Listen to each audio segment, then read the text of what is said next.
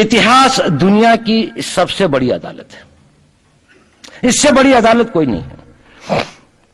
Supreme court में क्या हुआ, हाई कोर्ट में क्या हुआ, लड़ाई के मैदान में क्या हुआ, इलेक्शंस में क्या हुआ, ये सब बातें आती हैं चली जाती हैं, बाद में रह जाता है केवल इतिहास। और इतिहास का निर्णय हमेशा उसके पक्ष में गया है जो शक्तिशाली था। इसने कभी उसका साथ नहीं दिया जो न्याय के साथ था, जो सही था। अगर ऐसा होता तो दिल्ली में बाबर रोड होती है, बाबर रोड है लेकिन राणा सांगा रोड नहीं है, क्योंकि बाबर आया, विजयी हुआ, राणा सांगा हार गया। भारत की हिंदूशाही किंगडम अफगानिस्तान से होती सिकुड़ती सिकुड़ती सिकुड़ती यहां तक नहीं आ जाती। हमने किसी पर आक्रमण नहीं किया, हमने किसी के जीवन मूल्यों को नष्ट नहीं किया, हमने किसी के धर्म ग्रंथों को और धर्म स्थानों को नष्ट नहीं किया। शायद हम न्याय संगत थे, शायद सत्य भी हमारे पक्ष में था, लेकिन शक्ति हमारे साथ नहीं थी। इसलिए इतिहास ने हमें उसकी सजा दी। इतिहास ने हमेशा उनको सजा दी जिन्होंने विचारों को कर्म से और न्याय को शक्ति से अधिक महत्व दिया। अब मैं ये नहीं कह रहा हूं कि उसको उसकी तिलांजलि कर देनी चाहिए, ये नहीं है कि न्याय का अपना महत्व नहीं है, लेकिन यदि कॉन्फ्लिक्ट ऑफ इंटरेस्ट हो तो शक्तिशाली बनना ज्यादा आवश्यक है। भारत धर्मगुरु भी तभी बनेगा जब एक शक्तिशाली भारत का निर्माण होगा। जिन लोगों ने भारत के ऊपर आक्रमण किया, भारत के ऊपर राज किया, इस प्रकार से राज किया कि राज करते वक्त, जाते वक्त अपने गुलामों से कह दिया कि तुम राज कर लो, हम तो जा रहे हैं, तो यहां पर गुलाम वंश भी बन गया। अगर हम लड़ाई के वॉरफेयर के उसूलों से देखें कि किसी भी राष्ट्र की जो कॉम्प्रिहेंसिव स्टेट पावर होती है, किन चीजों से वो लड़ाई लड़ता है, जिसको हम कहते हैं कि ये शक्तिशाली है, दूसरा शक्तिशाली नहीं है, क्या वो अव्यय होते हैं उसके, क्या घटक होते हैं उसके।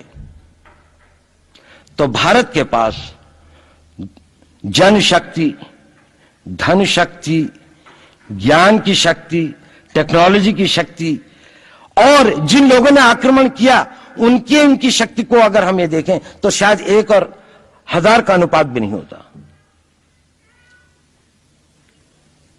लेकिन उसके बाद भी हम वो नहीं कर पाए। और ये प्रश्न भी किसी ने पूछा, उस पर मैं आऊंगा बाद में। निवेदिता जी ने उसका बहुत अधिक उत्तर दिया, बहुत अच्छा उत्तर दिया था कि क्या कारण है, किसके कारण भी हम लोग इस लड़ाई में इतिहास ने हमारा साथ या हमारे पक्ष में न्याय नहीं दिया। क्या कारण है कि कश्मीर में हम लड़ रहे हैं, जिन्होंने हमारे ऊपर आक्रमण हो रहा है, हमारे ऊपर बाहर से लोग आकर वायलेशन हमारे बॉर्डर का करते हैं, इन्फिल्ट्रेटर्स हमारे यहां आते हैं, जबकि पूरा का पूरा कश्मीर भारत का भाग है, अभिन्न भाग है। कानून के अनुसार वहां के राजा ने यह हस्ताक्षर किए, हमें दिया।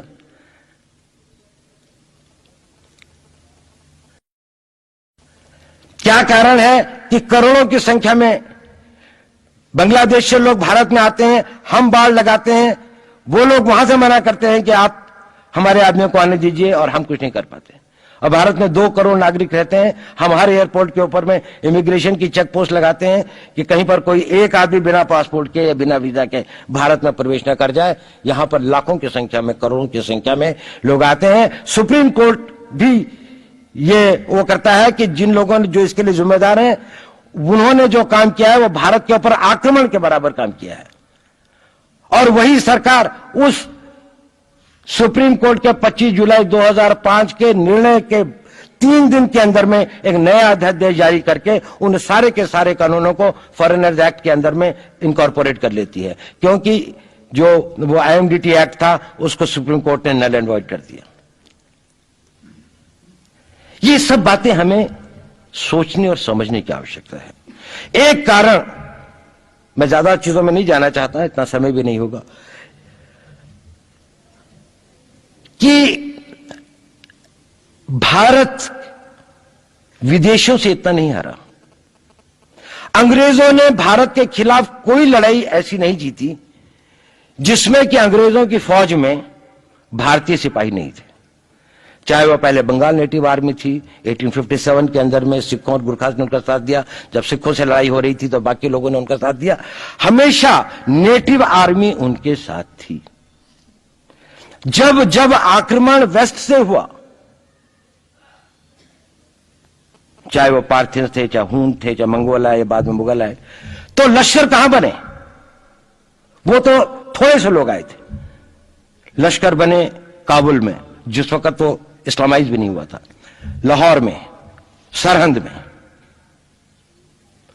हिंदुस्तानियों को हराया है तो हमेशा हिंदुस्तान के लोगों ने साथ नहीं दिया देश का। और दर्द है तो केवल इसी बात का। भारत के इतिहास में अगर दर्द केवल इस बात का नहीं है कि विदेशियों ने हमारे साथ क्या किया, उनका तो हम मुकाबला कर लेते। दुख इस बात का था कि हमारे सभी लोगों ने साथ नहीं निभाया और साथ नहीं दिया। और इसकी फीलिंग आज भी मुझे इस देश में होती है। और भारत को आंतरिक या बाह्य शक्तियों से जो सबसे बड़ा खतरा है, वो खतरा इस बात का है कि हमारे अपने लोग ही कहीं राष्ट्र की सुरक्षा, राष्ट्र की अस्मिता, राष्ट्र के गौरव का सौदा न कर बैठे, अपने आज के सुख के लिए अपने भविष्य को अंधकारमय न कर दें। और इसके लिए जो जागरूकता चाहिए, इसके लिए जो ताकत पैदा करनी है, वो ताकत केवल समाज के अंदर भी पैदा की जा सकती है। उसको केवल आप लोग कर सकते हैं। वो केवल आज की युवा शक्ति ही कर सकती है।